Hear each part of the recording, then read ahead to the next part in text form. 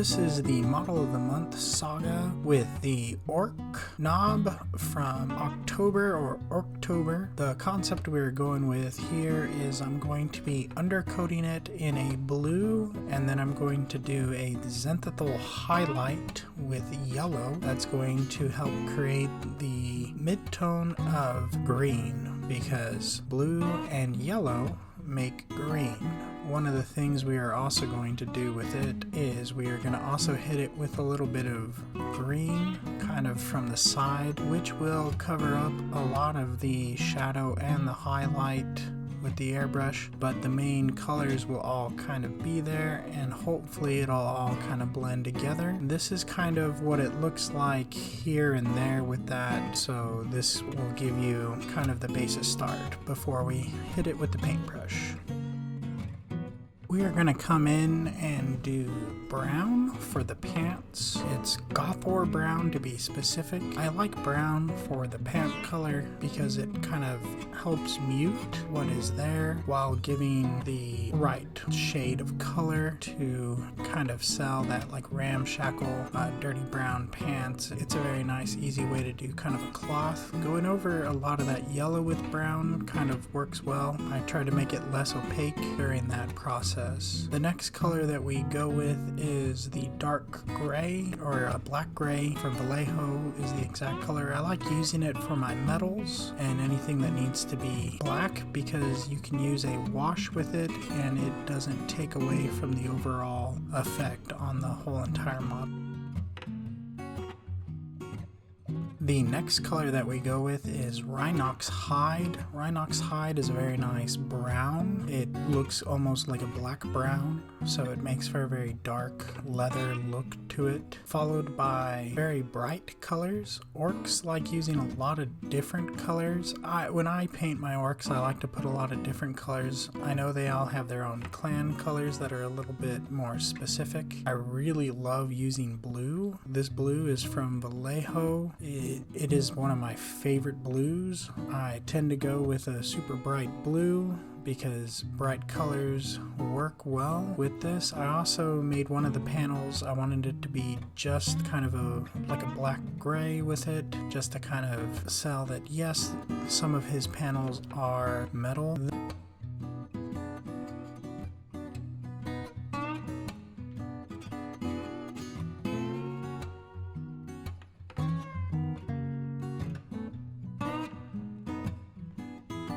Then I went in and I came in with a bright orange. This is the Squigoth orange. Yeah, Squig orange. It's very bright, kind of with a red kind of tone with it. And then I hit the model with a corn red. Corn red is very nice for doing your basic red, and it's very easy to highlight up from it. I tend to highlight the red with Wazanka red is the one I went with on the highlight with this one. Because it's kind of fits within that blue red. Doing a bright red is kind of nice for when you're working with these colors. It helps make him look kind of very ramshackle, and I kind of enjoy the multicolors that you can kind of get there. I also really like adding red to those little sections of technology.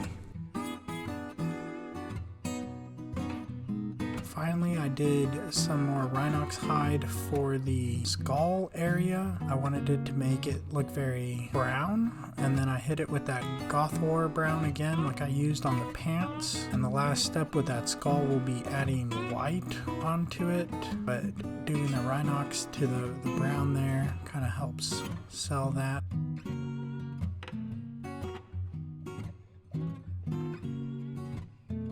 I'm highlighting the blue with Electric Blue from Game Color by Vallejo. I really like how bright this blue is with it. It kind of helps make it look kind of like a metallic sheen to it. I'm adding little striations along it. Those striations kind of look kind of like a comic book, but I kind of like the way they kind of hit with that. The next color that I end up using is that Wazanka red that I had mentioned earlier, kind of doing an edge highlight along the red parts and kind of hitting with that same striation style, where like I just pull the brush across the different color. Now we come to the white color that we are going to be using. I'm adding white to his teeth, and then you will see me add white to his skull on his backpack. The style that I typically use whenever I'm putting most of my paint on is what is actually technically called stippling, where I kind of like hit it a bunch of times. That helps create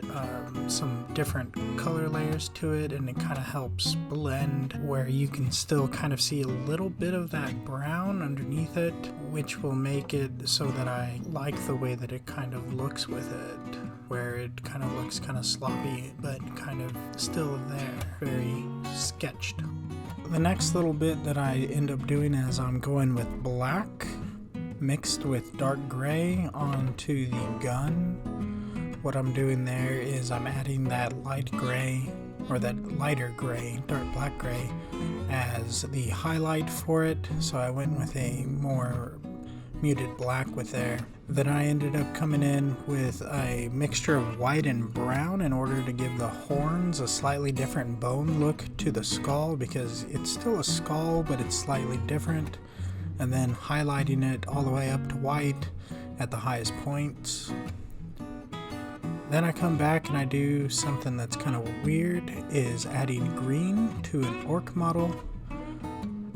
They use green. Green is like the best color, but it normally clashes it with like skin, so I use it very sparingly. I went with green for the little symbol there.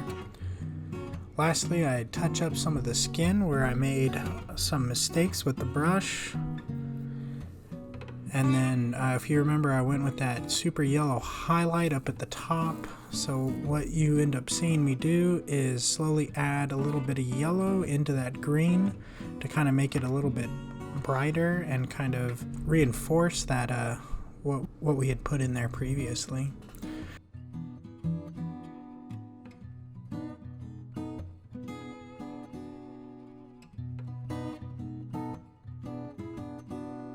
The last little thing I'm doing with this is doing the axe. I do the axe last because it's pretty easy to get to and it doesn't affect a lot of the model in order to do it. Kind of work on what's hardest to get to and then move on to like what's easier, because more than likely you're going to make a lot of mistakes where you have to do touch-ups anyways, so you might as well do it where you have more control towards the end. And then I go in with that light gray also on the helmet to kind of make it look like shiny metal. I don't know if I do a real good job at it, but I'm keeping trying with it, and it'll get a little bit better and easier as it goes. The last little bit of any model is the finishing, and this is what he ends up looking like. I really enjoy the way he looks. He has a lot of cool little elements on it. I like doing the real bright armor with it, and then I tried out some of that grass for the basing to kind of see the difference there. Thank you for watching. Have a good one.